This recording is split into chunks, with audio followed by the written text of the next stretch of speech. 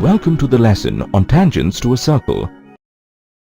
At the end of this lesson, you will be able to define a tangent to a circle and prove that a tangent to a circle is perpendicular to the radius of the circle drawn at the point of contact. You will also be able to prove that tangents drawn to a circle from an external point are equal in length. Have you ever noticed the wheels of a vehicle moving on the road? What does the surface of the road look like against the wheel? Does it look like a line touching a circle at one point? Well, this is what you call a tangent. Here are a few more lines. Are all these tangents to the given circle? Let's find out. Observe this line. Note that this line does not touch the circle at any point. Thus, it is not a tangent to the circle. Now, what about this line? This line touches the circle at 2 points. This line isn't a tangent to the circle either. A line that touches a circle at 2 points is called a secant of the circle. Observe these lines. Each of these lines touches the circle at only 1 point. A line that touches a circle at only 1 point is called a tangent to the circle. The point where a tangent touches a circle is called its point of contact. Here P is the point of contact of tangent AB with the circle, and Q is the point of contact of the tangent AC with the circle. Here is a circle with a point P marked on it. How many tangents can you draw to the circle at the given point P? We can draw an infinite number of lines passing through this point. But, are all these lines drawn through the point P tangents to the given circle? As you can see, all these lines touch the circle at 2 points. They are secants, but not tangents to the given circle. Now observe this line. This is the only line that touches the circle only at 1 point. This implies we can draw only one tangent at any given point on a circle. Here are 3 friends, Mr. O, Mr. A, and Mr. B. While Mr. O is standing at the center of a circle, Mr. A and Mr. B are standing on a tangent to the circle at point P as shown. Mr. O thinks that if he walks straight to point P, he will meet Mr. A and Mr. B at right angles. Let's see if this is true.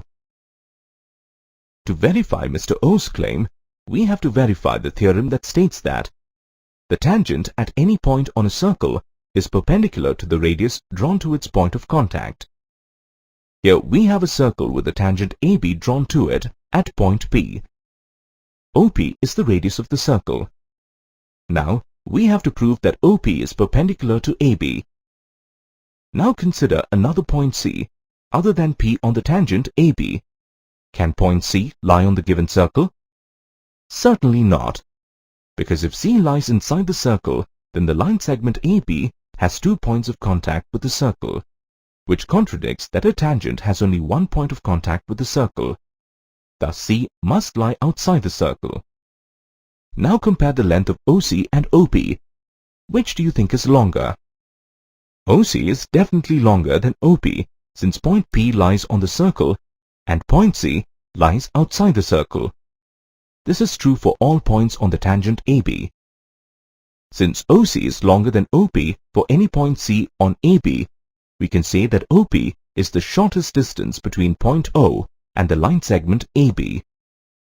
Now the shortest distance of a point from a line segment is the perpendicular distance of the point from the line segment. Thus OP is perpendicular to AB. Hence the theorem is proved. So Mr. O was right after all. Meet the great explorer, Mr. A. On his expedition, his path is blocked by a huge circular crater.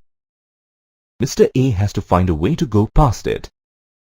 Now, being a man of great courage, he doesn't want to be too far from the danger, so he wants to go across a path that is at tangent to the crater. How many such paths are possible? Actually, there are just 2. As you can draw only 2 tangents to a circle from any point lying outside it. So Mr. A has the choice of going along either AB or AC. Which one should he take? Which route is the shortest? Let's find out. To help Mr. A make up his mind, let us prove the theorem that states tangents drawn to a circle from an external point are equal in length. Here we have two tangents AB and AC drawn from an external point A to points B and C on a circle. We have to prove that AB and AC are equal in length. Let us start by joining the external point A to the center of the circle O. Now join OB and OC. Here OB is perpendicular to AB, since the tangent at any point on a circle is perpendicular to the radius drawn to its point of contact. That is, angle OBA is equal to 90 degrees. Similarly, angle OCA is equal to 90 degrees. Now, in triangles OBA and OCA, angle OBA is equal to angle OCA, which is equal to 90 degrees. OB is equal to OC, since they are the radii of the same circle, and OA is a common side. Thus, triangles OBA and OCA are congruent by the RHS congruence rule. Since triangles OBA and OCA are congruent, AB is equal to AC, as corresponding sides of congruent triangles are equal. Hence, the theorem is proved. This also means that Mr. A can walk along either AB or AC. He will be covering the same distance. You have reached the end of this section. Before moving on to the next section, let's recap the key points covered. The tangent at any point on a circle is perpendicular to the radius drawn to its point of contact.